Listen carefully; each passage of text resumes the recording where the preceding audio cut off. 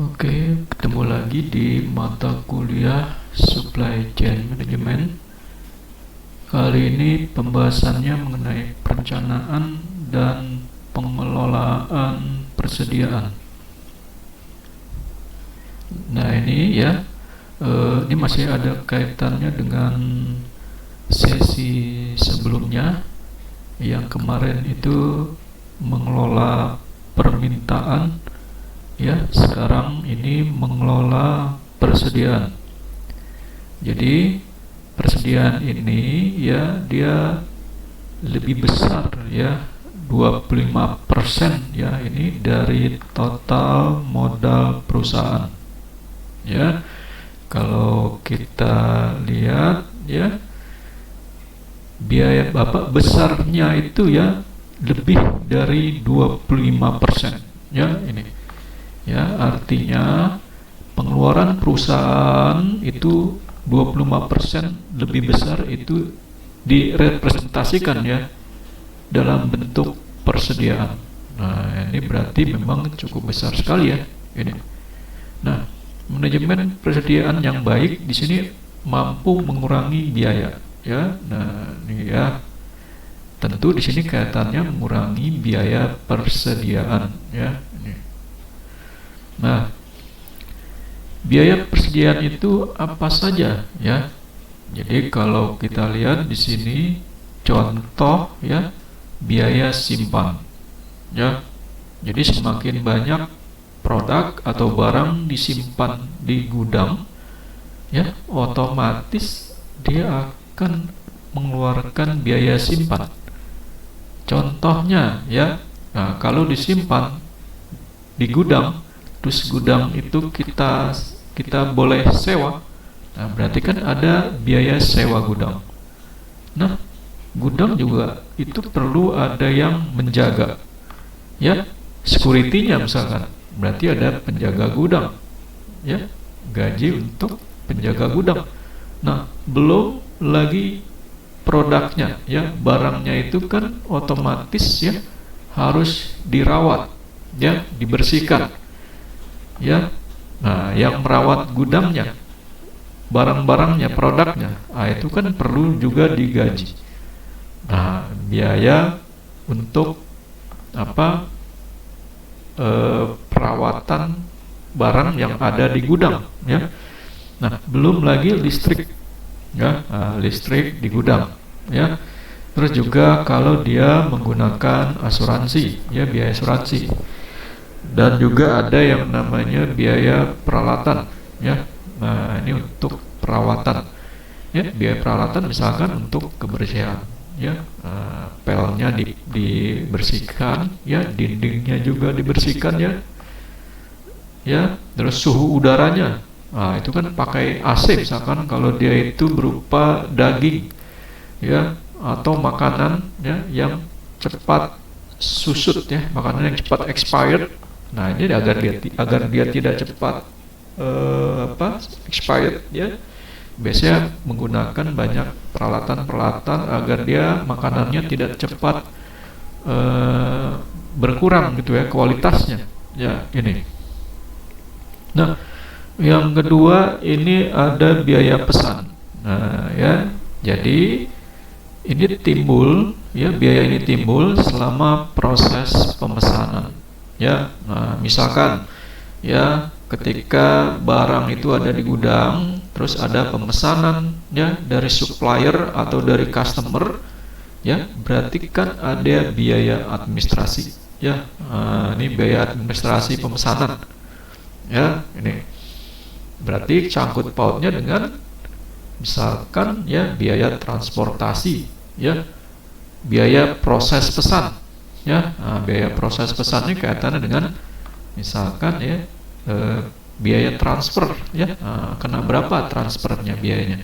Terus juga ketika dikeluarkan dari gudang, kalau barangnya ribuan, nah itu kan dikeluarkannya butuh biaya ya, misalkan menggunakan tenaga kerja ya, menggunakan kuli angkut ya.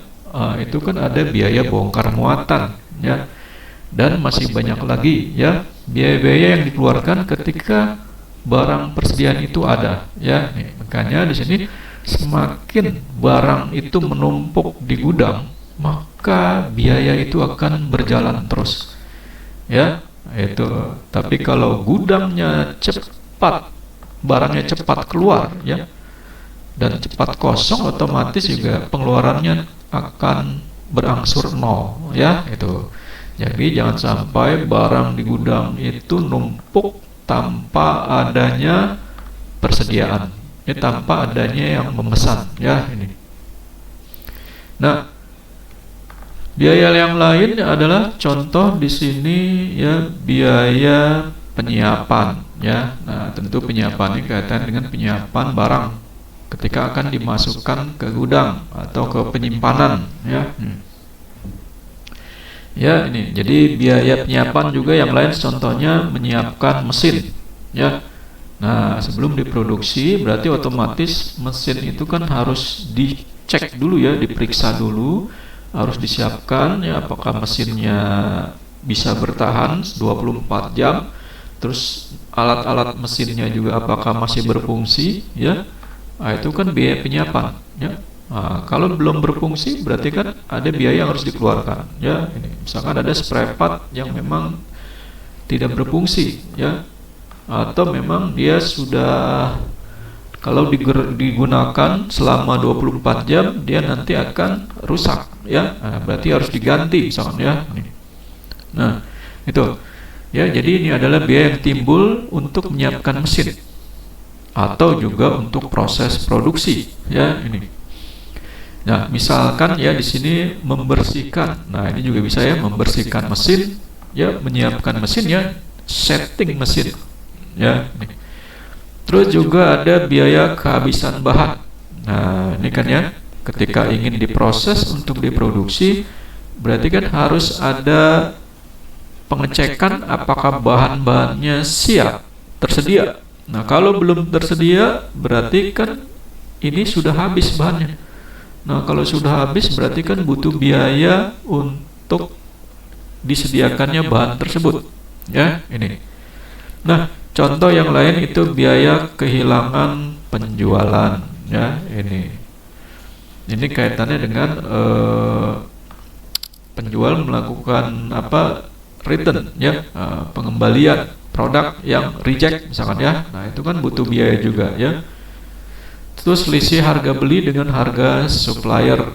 Nah, ini kaitannya dengan ketika kita membeli ya, ada sebuah perbedaan dengan supplier ya. Nah, ini ya, jadi kelebihan bayar ya, ini kan juga ya, atau kekurangan bayar ya, atau kaitannya dengan eceran ya. Ya, ini. Nah, persediaan itu meliputi di sini kalau kita lihat ya. Nah, ini ya, persediaan di sini meliputi barang yang dibeli ya di sini ya. Nah, ini ya, dan disimpan untuk dijual kembali. Nah, ini kaitannya dengan perusahaan dagang ya. Dia beli barang ya, perusahaan membeli barang ya, lalu disimpan ya, lalu dijual kembali dengan harga yang lebih tinggi. Nah, ini perusahaan dagang ya ini. Terus juga ada juga barang jadi yang diproduksi ya itu. Jadi dia mengolah dari bahan mentah terus diproduksi menjadi barang jadi ya ini. Nah, ini berarti kaitannya dengan dia mempunyai pabrik ya ini. Kalau yang sebelumnya ini dia tidak punya pabrik, yang ada hanya gudang ya ini, barang yang dibeli disimpan untuk dijual kembali. Nah, ini perusahaan dagang, dia hanya gudang aja ya. Kalau ini dia barang mentah menjadi barang jadi.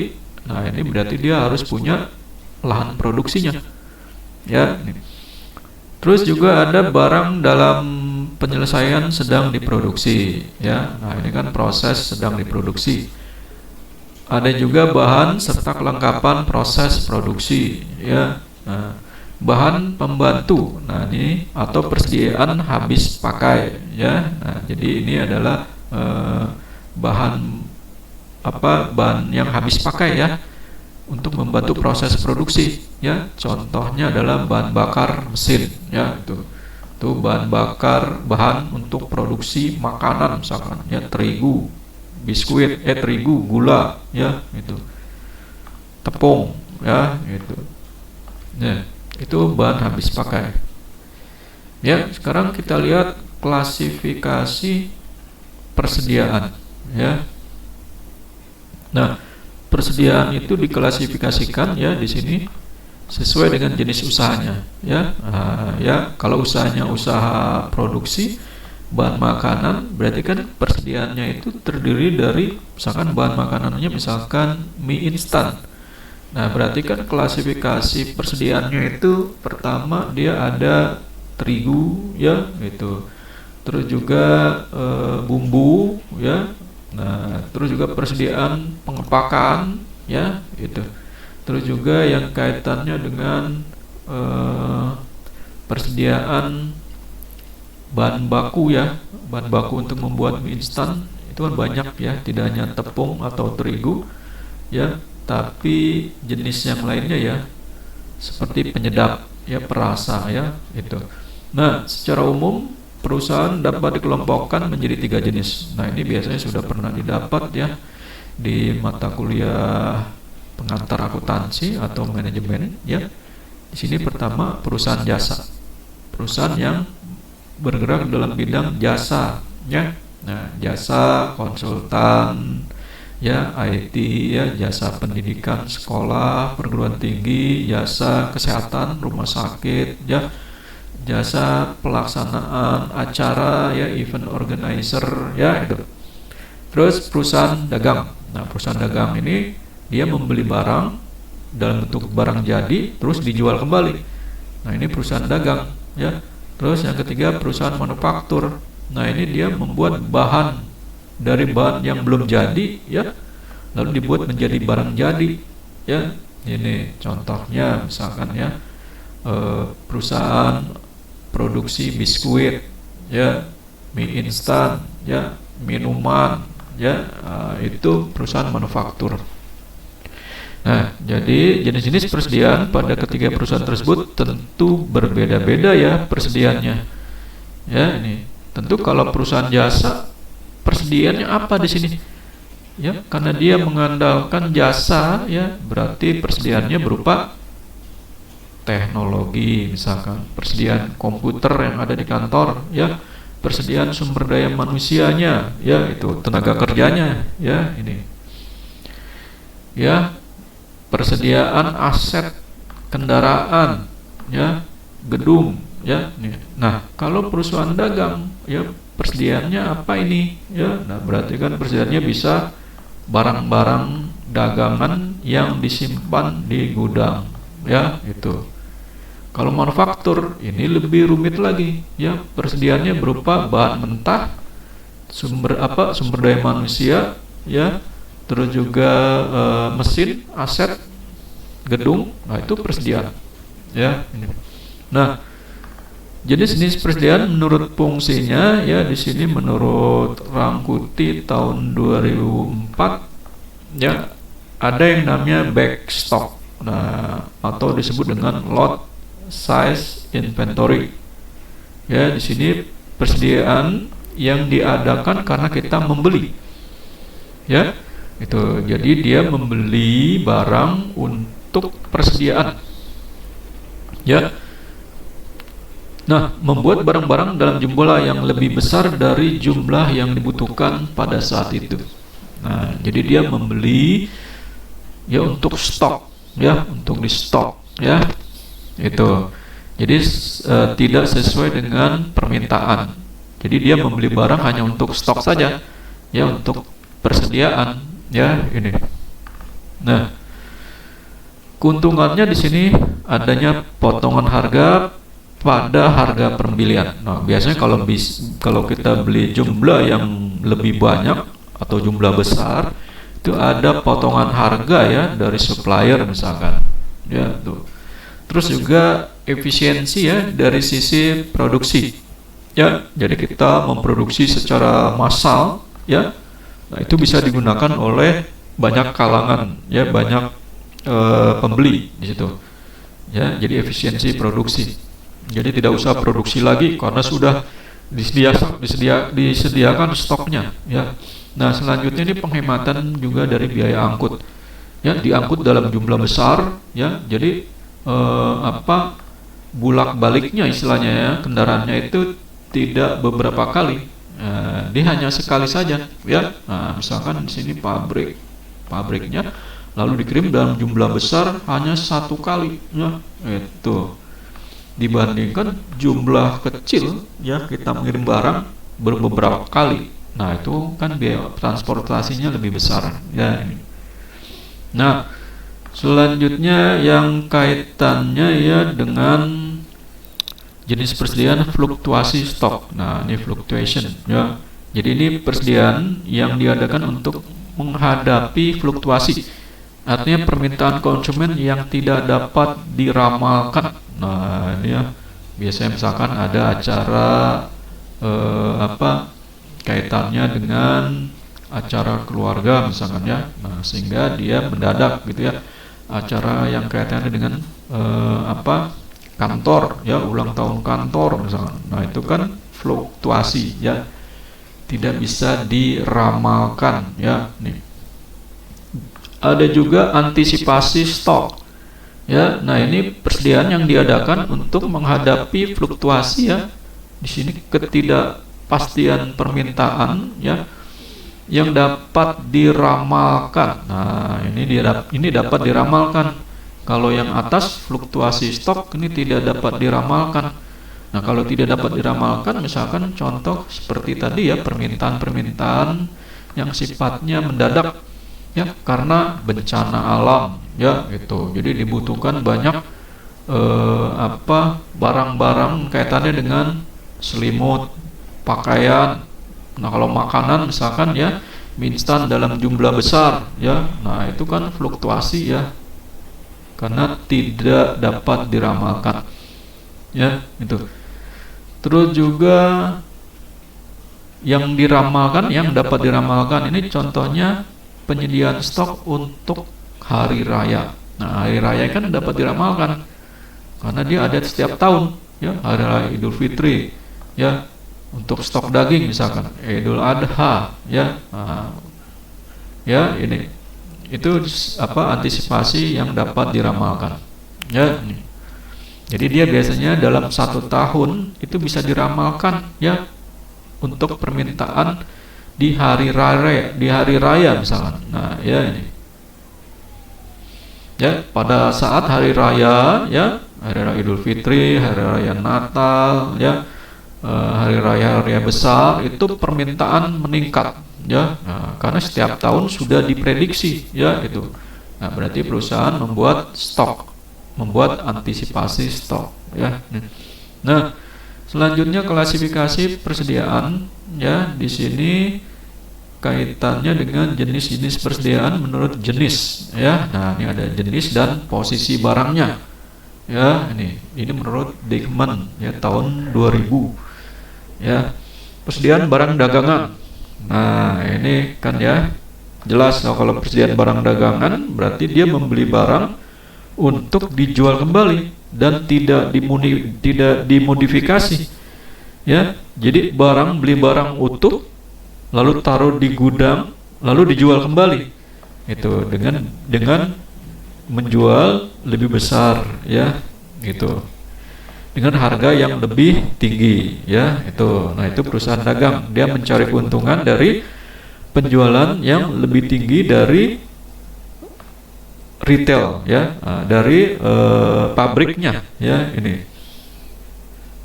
Terus juga persediaan manufaktur ya. Nah ini untuk perusahaan produksi, pabrik ya yang memproduksi bahan dari bahan mentah menjadi bahan jadi ya.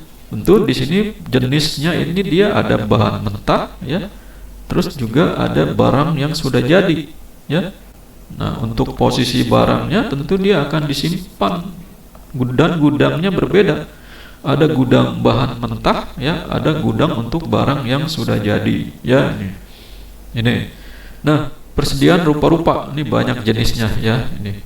rupa-rupa ya. Nah, kan kita lihat satu persatu di sini ya, ada persediaan ya barang dagangan. Ya, contohnya nih barang yang ada di gudang ya, dibeli oleh pengecer atau perusahaan perdagangan ya, seperti importir, eksportir untuk dijual kembali ya, itu. Ya, contohnya kita sebagai eksportir, kita membeli barang ya di Indonesia ya, di pabriknya, lalu kita ekspor lagi ya dengan harga yang lebih tinggi misalkan ya, ini. Nah, biasanya kalau persediaan barang dagangan itu secara fisik tidak dirubah ya, artinya barangnya tidak dirubah ya oleh perusahaan pembelinya, dia hanya disimpan terus dijual kembali ya, itu. Nah, dalam beberapa hal dapat terjadi beberapa komponen itu dibeli untuk kemudian dirakit kembali menjadi barang jadi. Nah, ada juga ya perusahaan-perusahaan yang menyediakan rakitannya ya, lalu dibeli rakitan tersebut ya, lalu oleh perusahaan tersebut dirakit kembali ya, dirakit menjadi barang jadi ya. Contohnya ya sepeda ya, dia membeli kerangka sepeda, roda gearnya dan aksesoris lainnya, kemudian dirakit menjadi sepeda ya oleh perusahaan pembeli tersebut ya, dirakit sendiri. Ini biasanya dia lebih murah ya, membeli rakitannya ya lebih murah dibandingkan membeli sepeda yang sudah jadi ya, itu. Ya, akhirnya oleh perusahaan tersebut ya dirakit ya menjadi sepeda ya, itu. Nah, selanjutnya kaitannya dengan persediaan manufaktur ya, ini. Nah, persediaan manufaktur ini terdiri dari persediaan bahan baku atau bahan mentah nih ya, tuh. Ini barang berwujud yang dibeli atau diperoleh dengan cara lain ya, misalkan dengan menambang ya. Nah, ini bisa mendapatkan bahan bakunya dari menambang ya. Contoh perusahaan ya makanan ya, makanan misalkan ini makanan ringan, bayam goreng ya, bayam kerupuk ya. Nah, dia menambang dari petani-petani bayam, atau dia punya lahan ya, pabriknya punya lahan bayam sendiri ya, lalu dipanen atau ditambang ya. Kalau dia hasil bumi ya, contohnya seperti pertanian ya, kalau untuk makanan ya. Nah, kalau untuk industri ya, misalkan dia membuat besi ya, besi baja. Nah, perusahaan tersebut dia menambang sendiri ya biji besinya ya, itu. Nah, ini persediaan bahan baku. Juga ada di sini bagian atau suku cadang ya, di sini yang diproduksi sebelum digunakan ya, kadang diklasifikasikan sebagai komponen atau suku cadang ya, ini ya, komponen-komponen mobil ya. Ini kan banyak ya suku cadangnya. Pertama, untuk mesinnya dia import ya dari Eropa atau Cina misalkan ya mesinnya. Terus suku cadangnya juga dia membuat sendiri misalkan. Nah, jadi yang diimport hanya mesinnya misalkan ya, gitu. Terus suku cadangnya dia produksi sendiri ya, misalkan seperti bannya ya, terus aksesoris lainnya ya. Nah, persediaan barang dalam proses. Nah, artinya barang-barang yang membutuhkan pemrosesan lebih lanjut sebelum penyelesaian dan penjualan. Ini, jadi ada pemesanan barang, terus barang itu masih dalam proses ya untuk diselesaikan untuk dijual. Di sini meliputi biaya bahan langsung, terus tenaga kerja langsung, lokasi, biaya overhead ya pabrik terjadi sampai tanggal tersebut. Ya, jadi di sini ada sebuah perjanjian ya antara pembeli dengan pihak penyedia barang ya, itu. Jadi pemesanan 1000 berarti ada proses ya, proses penyelesaian ya, proses dari surat untuk pengiriman barang ya, proses untuk melakukan pembelian, pembayaran, ya. Nah, itu persediaan dalam proses, ya, persediaan barang dalam proses.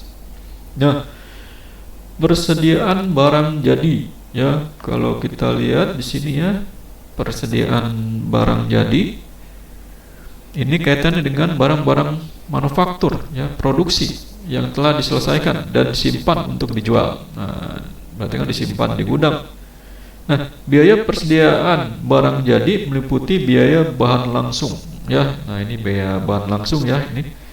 Terus biaya tenaga kerja langsung, alokasi biaya overhead pabrik berkaitan dengan manufaktur, ya. Jadi ketika pabrik atau perusahaan produksi, ya, manufaktur ingin membuat sebuah persediaan barang jadi, berarti kan dia harus membuat sebuah biaya persediaan, ya, agar barang itu jadi. Contohnya biaya untuk membeli bahan. Nah, ini kan.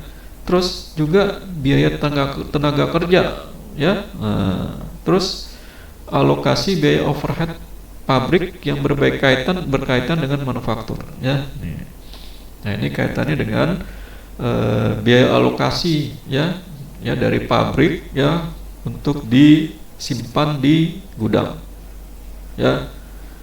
Nah, persediaan perlengkapan manufaktur, ya, contoh barang-barangnya seperti misalkan, ya, minyak pelumas, ya, untuk pembersih mesin misalkan, ya. Nah, ini, ya. Terus barang yang lain contoh adalah barang bagian yang kurang penting dari produksi, ya. Contohnya, ya, tadi, ya, yang kaitannya dengan perawatan, ya, itu. Yang kaitannya dengan kebersihan area pabrik, ya, area produksi, ya. Itu. Ya, contohnya adalah sapu, ya, vacuum cleaner untuk pembersih. Nah, itu kan barang-barang yang kaitannya dengan pendukung, ya, tapi bukan pokok dari produksi, ya. Nah, persediaan rupa-rupa ini kaitannya dengan perlengkapan kantor, ya. Nah, seperti kebersihan pengiriman. Persediaan jenis ini biasanya digunakan segera, ya. Jadi ketika dibeli biasanya dicatat sebagai beban penjualan dan umum, ya. Ya, itu jadi untuk session hari ini, ya, mengenai perencanaan dan pengelolaan persediaan, ya. Sampai ketemu lagi di session selanjutnya. Assalamualaikum warahmatullahi wabarakatuh.